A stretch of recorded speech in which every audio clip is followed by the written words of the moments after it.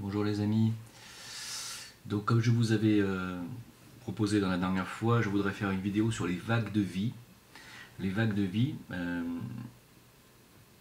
qui vivent une évolution propre à leur espèce. Nous appartenons à une vague de vie qui a démarré il y a plusieurs millions d'années. Alors, ce qu'il faut comprendre par vague de vie, c'est-à-dire par esprit vierge, on appelle ça des esprits vierges, c'est-à-dire des esprits individualisés qui sont, comme leur nom l'indique, encore vierges de tout apprentissage, de toute évolution. Ces vagues de vie sont créées par le système solaire lui-même, puis envoyées dans divers systèmes planétaires pour vivre différentes évolutions dans différents règnes. Il faut savoir que les vagues de vie commencent toutes par le règne minéral, quand elles s'incarnent physiquement. Les vagues de vie commencent par créer le corps d'une planète, mais le corps physique de la planète, c'est-à-dire le monde minéral, les roches, et puis elles vont former des minéraux de plus en plus évolués, de plus en plus complexes, qui vont croître, finir par croître. Ils n'ont pas la capacité de se reproduire. Sachez que le règne minéral est un règne qui n'a pas l'éther vital, ce qui lui coupe la capacité de se reproduire, de reproduire son espèce. Donc, il n'a pas normalement non plus la capacité de croître. Pourtant, dans le règne minéral, il y a une particularité, il y a une espèce minérale qui, justement, croît. Et ce sont les cristaux. Les cristaux sont les êtres avancés, on pourrait dire les âmes avancées du règne minéral. Les cristaux croissent, poussent, ne se reproduisent pas mais poussent, et peuvent atteindre des tailles énormissimes. Ensuite, ces cristaux vont passer dans le règne végétal, parce qu'ils ont acquis la faculté de croître. Dans le règne minéral, ils ont réussi donc à transcender et à faire venir en eux l'énergie vitale qui permet la croissance. Ils vont donc passer dans le règne végétal. Une fois qu'ils sont dans le règne végétal, ils ont la capacité de croître, bien sûr, et de se reproduire, et de reproduire leur espèce. Ça, c'est parce que donc l'éther vital est présent. Donc, ils ont aussi la capacité de reconnaître instinctivement la lumière solaire, de la reconnaître sans la voir, parce que les végétaux n'ont pas d'organes de vision, mais ils se tournent instinctivement vers la lumière solaire, ce que ne font pas les cristaux, ce que ne font pas les minéraux. Ensuite, donc, une fois qu'ils ont atteint le règne végétal et qu'ils n'ont pas la capacité de se nourrir autrement que par l'énergie solaire, que par la photosynthèse, et nous en occultisme on appelle ça aussi le prana solaire. Ils n'ont pas d'autre nourriture que ça et les nutriments que vont leur apporter la terre, ce qu'on va trouver à l'intérieur du sous-sol, notamment dans le règne minéral. Ils ont la capacité de créer des graines, ce qui va leur permettre de perpétuer leur espèce et donc d'ensemencer, mais n'ont pas la capacité de se nourrir par un tube digestif ni de ressentir des émotions, parce qu'ils n'ont pas l'éther, le premier éther, réflecteur. Alors donc, une fois que ces vagues de vie qui sont passées dans le règne végétal et qu'elles deviennent ce qu'on appelle des plantes carnivores, c'est-à-dire des plantes qui vont être capables de créer des stratagèmes pour attraper des proies vivantes et de développer un œsophage, de développer un système digestif, un début de système digestif, elles vont passer, ces vagues de vie, dans le règne animal. Alors, vous avez compris qu'il y a toujours, dans chaque vague de vie et dans chaque règne, un groupe qui est en avance. Dans le règne minéral, les groupes en avance, ce sont les cristaux. Dans le règne végétal, le groupe en avance, ce sont les plantes carnivores. Et vous avez vu qu'il y a aussi toujours des retardataires. C'est très important. C'est très important de comprendre ça, parce que vous allez voir que c'est exactement la même chose dans tous les règnes de la nature. Donc une fois que ces vagues de vie sont passées dans le règne animal, elles ont la capacité de croître, de se reproduire, de se nourrir elles-mêmes, de sustenter à leur nourriture en mangeant, soit si elles sont herbivores, des végétaux, soit si elles sont carnivores, d'autres espèces vivantes, animales. Elles ont aussi la capacité de ressentir des peurs, de ressentir de l'attachement, de ressentir des émotions, et quasiment toutes les émotions que les humains ressentent, même de l'amour. Hein. Donc les animaux sont touchés par une énergie qui ne touchait pas ni le règne minéral ni le règne végétal. Ce que n'ont pas les animaux de la nature notamment, ce qu'ils n'ont pas, c'est un mental organisé, c'est un mental qui va leur permettre d'analyser leur environnement et de pouvoir progresser et de faire changer leur environnement afin que eux-mêmes fassent évoluer leur habitat, etc., leur qualité de vie. Ils n'ont pas cette capacité des animaux. Ceci dit, il y a toujours une espèce avancée chez les animaux dans ce règne, je vous l'ai déjà dit. L'espèce avancée des animaux, ça va être les animaux domestiques ou domesticables, car tous les animaux ne sont pas domesticables. Donc là, nous allons avoir parmi les animaux dits supérieurs, c'est un terme qu'on n'aime pas appliquer parce qu'on ne l'applique pas pour les humains, mais on va dire les animaux avancés, hein, nous allons avoir les animaux domestiques. Donc nous allons avoir les chiens, à qui on est capable de faire comprendre beaucoup de choses, y compris les chiens handicapés, les chiens aveugles, tout ce qu'ils sont capables de faire. On ne peut pas le faire avec les chats. Hein. Les chats sont des animaux qui ont une intelligence qui est toute relative, c'est très instinctif. Ils vont toujours vers les énergies négatives, ils vont toujours là où c'est rassurant, mais c'est pas un chat, on ne peut pas lui apprendre grand chose. Je ne dis pas que c'est impossible, je dis que c'est beaucoup plus difficile qu'avec un chien. Nous avons après les chevaux, nous avons les éléphants, nous allons avoir même les volatiles. C'est très surprenant de voir l'intelligence de certains volatiles, notamment ceux qui ont la capacité d'avoir un larynx et même de pouvoir reproduire des mots, de voir qu'ils sont capables de penser, même de faire des phrases pour dire ce qu'ils veulent. Ils illustrent très bien ce qu'ils veulent dire. Évidemment, les primates aussi, hein, les grands primates, qui sont capables, avec le langage des signes, d'arriver à un QI de 95 ou 96, je crois, pour la femelle gorille, qui est arrivée même à créer des mots. Hein. Donc vous voyez que les animaux évoluent également, et que donc ces animaux avancés, dont je viens de parler, vont former la future humanité, celle qui va arriver après la nôtre. Hein. Ils vont être les pionniers de l'humanité prochaine, dans un prochain cycle. Alors je ferai peut-être une autre vidéo pour vous donner les temps entre chaque règne et entre chaque évolution, mais c'est énorme. Hein. C'est des millions d'années. Hein. Sachez que pour passer du règne minéral au règne végétal, c'est des millions d'années que mettent les esprits vierges, hein, les vagues de vie. Des millions d'années. Hein. Pour passer du règne végétal au animal, c'est des millions d'années, et pour passer de animal à humain, ce sont également des millions d'années. En ce moment, le portail d'individualisation est fermé pour le règne animal. C'est-à-dire que pour l'instant, actuellement dans le cycle dans lequel nous sommes, il n'y a pas un seul animal, et ça fait déjà depuis un certain temps, qui peut passer dans le règne humain. Pour l'instant, cette porte est fermée. Alors, je vous expliquerai pourquoi dans une prochaine vidéo, parce que c'est complexe. Hein. En ce moment, les animaux progressent à leur rythme.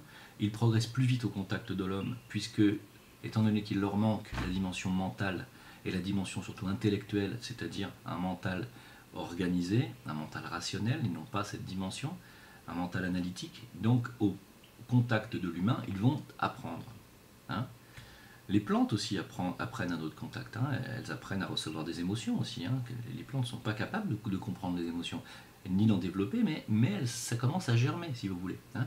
Et plus elles vont être au contact d'êtres qui ont des émotions, plus elles vont développer cette émotionnalité. C'est idem pour les animaux, plus ils vont être en contact avec les humains qui sont des êtres, quoique très émotionnels, sont des êtres quand même aussi intellectuels, mais intellectuels émotionnels, hein, pour la plupart. Et c'est quand même bon pour un animal, c'est bon pour lui de passer par le stade d'intellectualisation. Ça va lui permettre plus tard d'avoir accès à une âme individuelle. Car ce qu'on appelle l'individualisation, c'est le fait d'avoir une âme individuelle. Donc les animaux avancés, c'est-à-dire nous, ce que nous étions dans notre cycle évolutionnaire précédent, nous étions des animaux, hein, nous, les humains. Nous sommes passés, nous, la vague de vie, notre vague de vie à nous actuelle, d'humains actuels, nous sommes passés par les règnes minéraux, végétaux, animaux, hein, et puis nous nous sommes individualisés, et nous avons pris des âmes individuelles. Donc ceci s'est passé il y a plusieurs millions d'années. Peut-être pas plusieurs millions d'années, mais plusieurs centaines de milliers d'années, c'est certain. C'est plusieurs millions d'années. Donc, évidemment, nous avons commencé notre évolution en tant que primates, puisque les primates, si vous voulez, sont la transition entre le règne animal et le règne humain. Hein. Et les primates que vous voyez actuellement sur la planète, par exemple, ne sont pas encore humains. Pourquoi? Parce qu'ils sont les retardataires de notre cycle humain du cycle précédent. Ce sont les retardataires, donc à l'époque où nous étions animaux et nous allions passer le portail de l'individualisation pour rentrer dans le règne humain, eux étaient encore à un stade où ils ne pouvaient pas passer, ils n'avaient pas atteint certains degrés, et donc la porte a été fermée pour eux au niveau de l'individualisation, ils n'ont pas reçu d'âme individuelle. Ce qui fait qu'ils ont un mental en germe, mais ils n'ont pas encore cette capacité globale, comme tous les humains l'ont, hein, d'avoir un mental structuré. Donc ce sont les humains retardataires de la vague de vie précédente, de notre vague de vie précédente, quand nous étions animaux. Voilà. C'est pour ça que lorsque nous domestiquons des primates et lorsque nous leur apprenons comme le langage des signes, etc., nous leur faisons faire un grand pas vers leur évolution, eux à eux, pour rattraper leur retard. Et il faut savoir une chose, c'est que lorsque le portail de l'individualisation sera de nouveau ouvert pour les animaux actuels, et y compris donc pour les primates, qui, vous l'aurez compris, sont les humains de notre vague de vie retardataire, eh bien eux-mêmes seront la vague de vie humaine prochaine en avance, c'est-à-dire l'avant-garde de la prochaine humanité. Ce seront les primates actuels qui seront l'avant-garde de la prochaine humanité, ainsi que les chiens domestiques actuels, ainsi que les éléphants qui sont domestiqués, etc. Donc, ils seront l'humanité d'avant-garde, c'est-à-dire celle qui déjà aura été tout près, donc, pendant longtemps, de devenir humaine, alors que les autres n'en sont encore que... Hein, je parle des animaux de la forêt, des animaux qu'on ne voit jamais, qui vivent entre eux depuis des millions d'années, qui n'évoluent pas spécialement. Hein. Un rhinocéros, ça n'a pas évolué, hein. Je veux dire, ça n'évolue pas. Hein. Voilà. Enfin, ça évolue très doucement. Et ça évolue toujours au contact d'autres espèces plus avancées, toujours. Voilà. Donc, tout ça pour dire quoi? Que au prochain cycle pour les animaux, lorsque le portail de l'individualisation et donc la capacité de prendre une âme individuelle va s'ouvrir, eh bien, les animaux actuels vont prendre une âme personnelle, sauf les animaux retardataires actuels qui resteront pour un prochain cycle de vie et seront à nouveau eux-mêmes l'avant-garde de la prochaine vague plus tard. Alors comme vous pouvez voir, ceci se déroule toujours sur des centaines de millions, des milliers, des millions d'années. Ça vous laisse réfléchir sur le fait que quand l'animal est passé, quand notre vague de vie, quand on est passé dans le règne humain et qu'on a pris cette individualisation, c'était il n'y a pas si longtemps que ça, hein, c'était à l'époque lémurienne, donc c'était il n'y a pas si longtemps que ça. Qu'est-ce que je voulais dire? Parce que nous sommes passés dans cette période d'individualisation.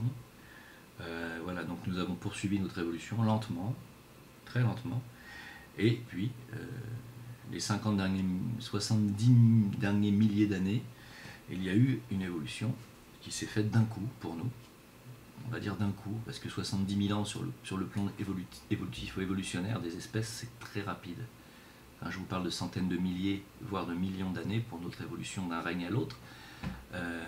Parce que, en fait, si vous voulez, plus on évolue, plus ça s'accélère l'évolution. Hein, c'est-à-dire que le passage du règne minéral au règne végétal est extrêmement lent pour une vague de vie. Ça prend des millions d'années.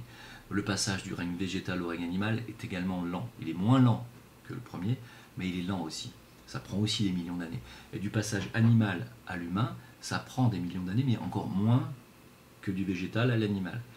Donc, et là, quand on est passé d'animal à humain, maintenant nous sommes au milieu, un peu plus du milieu de notre cycle évolutionnaire actuel. Hein. Nous avons encore pas mal de milliers d'années devant nous avant de passer au prochain règne que nous devons atteindre, c'est-à-dire les anges. Hein. Nous devons devenir des anges. Hein. Du règne angélique, c'est-à-dire une autre espèce, hein, un autre règne de la nature, hein, mais qui n'a plus besoin de son cerveau physique, qui n'a plus besoin d'intellect, hein, qui a l'intuition directe, donc qui est reliée directement à son âme, et qui ne vivra plus sur un plan physique, mais sur un plan éthérique astral. Hein. Donc ça, et voire même plus haut. Hein. Donc ça, c'est pour le futur. Hein. Et donc, vous voyez que sur notre plan évolutif, l'époque lémurienne remonte quand même à pas mal de centaines de milliers d'années en arrière, et d'un coup, paf, évolution. 50 000 ans, 70 000 ans, on passe de primates quasiment à Cro-Magnon, de Cro-Magnon à Néandertal, de Néandertal à Sapiens, de Sapiens à Homo sapiens sapiens. Ça s'est passé très très rapidement, en moins de 70 000 ans. Hein. Que s'est-il passé? Alors c'est là où toutes les hypothèses sont ouvertes. Est-ce que c'est une évolution naturelle? Est-ce qu'il y a eu ingérence? Est-ce que nos créateurs ont décidé de nous remodifier génétiquement? Est-ce que c'est nous-mêmes qui, entre deux incarnations, avons appris à modifier nos corps et à travailler sur notre ADN? Je ne crois pas, mais bon, on n'avait pas encore la capacité de faire ça il y a 70 000 ans ou 50 000 ans. L'humain a évolué au niveau de sa forme il y a 70 000 ans, mais n'avait pas encore évolué au niveau de son intellect. Son intellectualisation a commencé à faire un bond en avant véritablement, on va dire dans le deuxième millénaire après Jésus-Christ, même on va dire dans les 500 dernières années, hein, qui viennent de passer. Il y en a même qui vont me dire les 200 dernières années. Bon, en fait, c'est une évolution qui se fait progressivement. Nous devenons des êtres de plus en plus intellectuels, de plus en plus intellectualisés, mentaux, si vous préférez. Et donc, il y a eu, quand nous sommes passés dans le règne humain, il y avait avec nous des animaux, nous étions des animaux, il y avait des animaux plus avancés que nous qui sont passés en même temps que nous dans le règne humain. Hein. Et ces animaux plus avancés, parmi ces animaux plus avancés, il y avait le peuple hébreu, juif. Voilà. C'est pour ça que c'est ce que dit la doctrine occulte, hein, que les juifs sont l'avant-garde de l'humanité actuelle. Un terme repris par M. Manuel Valls, qui a dit que les juifs de France étaient l'avant-garde du peuple de France. M. Manuel Valls, qui est un franc-maçon, très certainement doit lire des bouquins très intéressants, sauf que c'est l'amour qui lui manque à M. Valls. Hein. L'amour et l'intelligence, hein, je pense. Je le dis franchement, c'est pas un homme que je porte dans mon cœur. Hein. C'est un homme qui suit un plan, quand un homme change radicalement d'avis comme ça, en moins de 5 ans, et passe d'un extrême à l'autre, non. Bref, enfin, donc je voulais fermer cette parenthèse. Voilà, donc ça c'était pour les vagues de vie, c'est la première phase, la première vidéo d'une phase que je vais faire sur les vagues de vie, sur les espèces et sur les cycles évolutionnaires, donc sur les périodes, le temps qui s'écoule. Hein. Nous sommes actuellement au milieu de notre cycle évolutif ici sur Terre, donc nous en avons encore pour quelques milliers d'années ici sur Terre. Ensuite nous passerons à un autre cycle qui nous mènera sur une autre planète, car nous changeons de planète. C'est ça qui paraît un peu difficile à croire, bien sûr, pour les cartésiens qui me disent que c'est un ramassis de foutaises, etc. Et tous les noms d'oiseaux que je reçois. Mais de toute façon, je ne vais pas aller leur demander de me démontrer que j'ai tort. C'est pas parce que l'existence des humains, on trouve des traces de 2 millions, 3 millions d'années sur la planète, que ça veut dire que les humains ont toujours existé. On sait très bien que le règne humain n'a pas toujours existé sur la planète. La planète a existé, il y a eu des végétaux, il y a eu des minéraux, il y a eu des cristaux, il y a toujours des cristaux, toujours des végétaux, il y a eu des animaux qui sont là depuis plusieurs millions d'années, mais les humains ne sont pas arrivés en même temps que la création de la planète, les humains sont arrivés plus tard. On est arrivé sur cette planète parce qu'elle était habitable pour notre vague de vie à nous. Voilà. Et lorsque nous allons terminer ce cycle de vie actuel, nous allons passer sur une autre planète, hein, dans un autre cycle planétaire, et nous allons aller sur une planète qui ne sera plus sur le plan physique, mais sera sur le plan éthérique. C'est-à-dire que nous ne vivrons plus sur cette planète-là. Hein, voilà. Et ça va arriver dans quelques milliers d'années, voilà. Quelques dizaines de milliers, quelques centaines, je ne sais pas. Je ne sais pas exactement la durée du cycle actuel. Je suis en train de me renseigner là-dessus, parce que pour moi c'est très important de savoir exactement où on va. En tout cas, une chose est certaine, c'est que quand nous aurons terminé cette évolution du plan humain, nous passerons à un plan surhumain, hein, et nous serons dans un règne qu'on appelle le règne surhumain, à savoir le règne des Devas, le règne angélique, et nous serons sur une planète différente et sur un plan différent. Voilà. Il faut savoir que la migration, la transmigration des âmes, c'est-à-dire quand nous mourrons, vous savez que nous partons dans une autre dimension. Hein, notre conscience reste dans nos corps plus éthérés, et nous partons dans des dimensions plus éthérées. C'est-à-dire que nous quittons ce plan physique, nous quittons ce corps physique, mais notre conscience est dans d'autres corps que nous avons à l'intérieur. Parce que les autres corps sont à l'intérieur de nous et non pas à l'extérieur. Hein.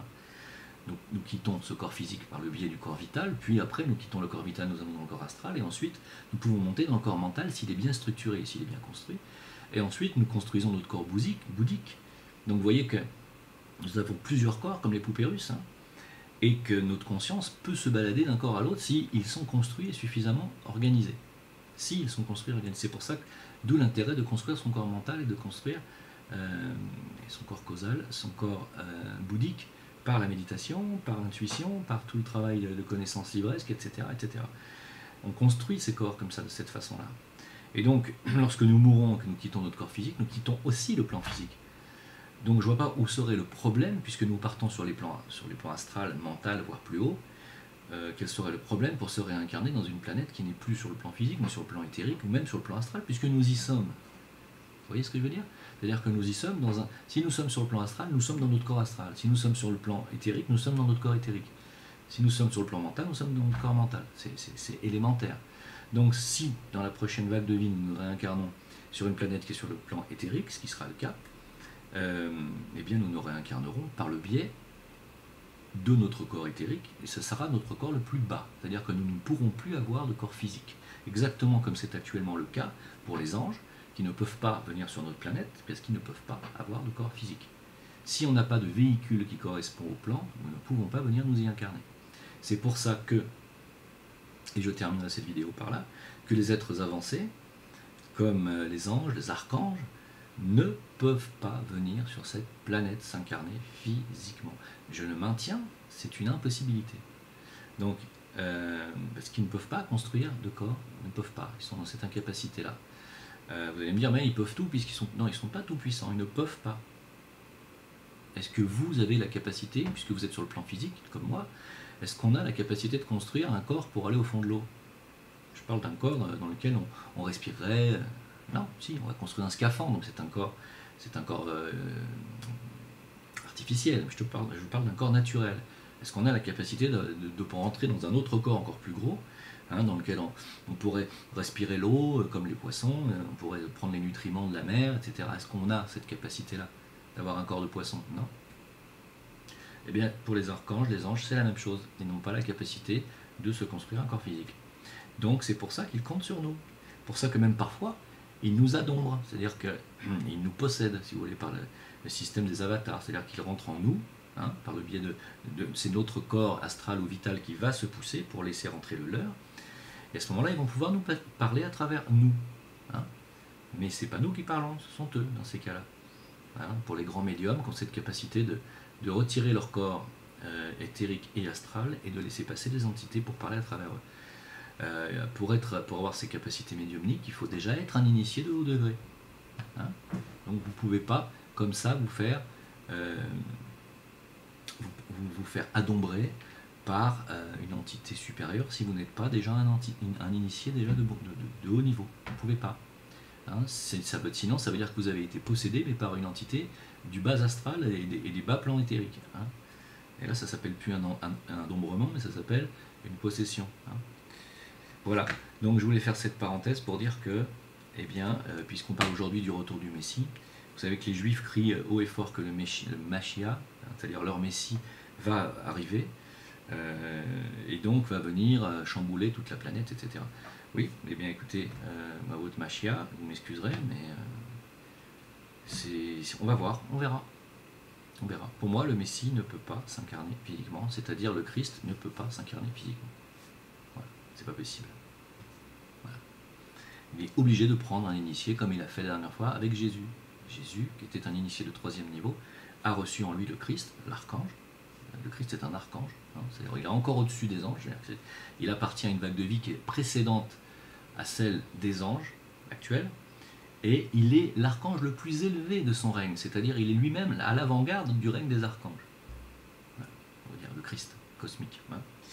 Voilà. Donc pour le Messie, il parlera à travers un humain, comme la dernière fois, et il parlera à travers un avatar, donc un humain qui sera son avatar, son corps d'emprunt, et ce sera automatiquement un initié de haut niveau. Voilà.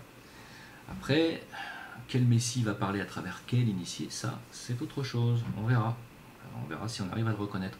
Je termine juste pour vous dire qu'en ce qui concerne la lune de sang, la dernière fois, je vous avais dit que cette lune de sang serait très probablement sanglante, et puis vous voyez, ça s'enchaîne, hein, entre les tueries aux États-Unis par un psychopathe, le bombardement par les Américains d'un mariage au Yémen qui a fait plus de 110 victimes parmi les invités du mariage, ou encore aujourd'hui, ils ont bombardé en Afghanistan pendant plus de 3/4 d'heure un hôpital alors qu'il y avait tous les gens de Médecins Sans Frontières et des victimes et des enfants, etc. à l'intérieur. Ils ont fait je ne sais pas combien de centaines de morts. Hein. Ça, c'est les Américains. Hein. Et puis la Russie qui frappe. Hein. La Russie qui frappe. Alors la France avait frappé 2 jours avant la lune de sang. La Russie a attaqué 2 jours après. Mais vous voyez bien que c'est une lune qui est là pour bouleverser l'ordre établi et qui envoie des énergies, malheureusement, des énergies de destruction. Hein. Donc, malheureusement, heureusement ou malheureusement, ça c'est à nous de voir, on verra le résultat à la fin. Juste pour dire, et là je passe du coq à l'âne par rapport aux vagues de vie, que la Russie, parce que vous confondez un petit peu tout, la Russie tape actuellement sur des groupuscules qu'on dit rebelles, mais qui sont des groupuscules de toute façon d'islamistes, qui sont armés et financés par les Américains et par la CIA, hein, puisqu'on voit le sénateur McCain poser avec ces gens-là il n'y a pas longtemps, il est allé en Syrie, il veut financer ces gens-là pour déstabiliser le régime Assad. Hein. Ils ne sont pas armés ni entraînés pour détruire Daesh, absolument pas. Ils sont armés pour détruire le régime de Bachar el-Assad. Ce que veulent les Américains, c'est dégager le régime de Bachar el-Assad comme ils l'ont fait en Libye, avec Kadhafi. Et les Russes, qui sont du côté de la souveraineté et du côté du vote républicain et populaire, puisque le peuple syrien a voté en masse pour Bachar el-Assad, les Russes défendent le régime de Bachar el-Assad, donc flingue en premier. Ça me fait rire, pas pour les morts, mais ça me fait rire pour les Américains et leur plan machiavélique qui est de financer des groupuscules islamistes extrémistes et monstrueux. Donc la Russie détruit en premier lieu ces rebelles américains, on peut dire, et ensuite s'attaquera très probablement à Daesh et à l'armée islamique. Mais pour moi, c'est la même armée, c'est la même chose. Voilà. La situation est complexe, le tout est de voir comment vont réagir l'Occident, comment va réagir l'Amérique par rapport à ça, parce que la Russie a décidé de frapper sur 3 ou 4 mois, donc ça ne va pas s'arrêter comme ça l'histoire. Donc on va voir, on verra bien. On va voir ce que va faire l'Amérique et son petit porte-parole François Hollande pour essayer de faire partir Bachar el-Assad. Voilà, je vous souhaite une bonne continuation et à bientôt pour la suite de cette vidéo. Au revoir.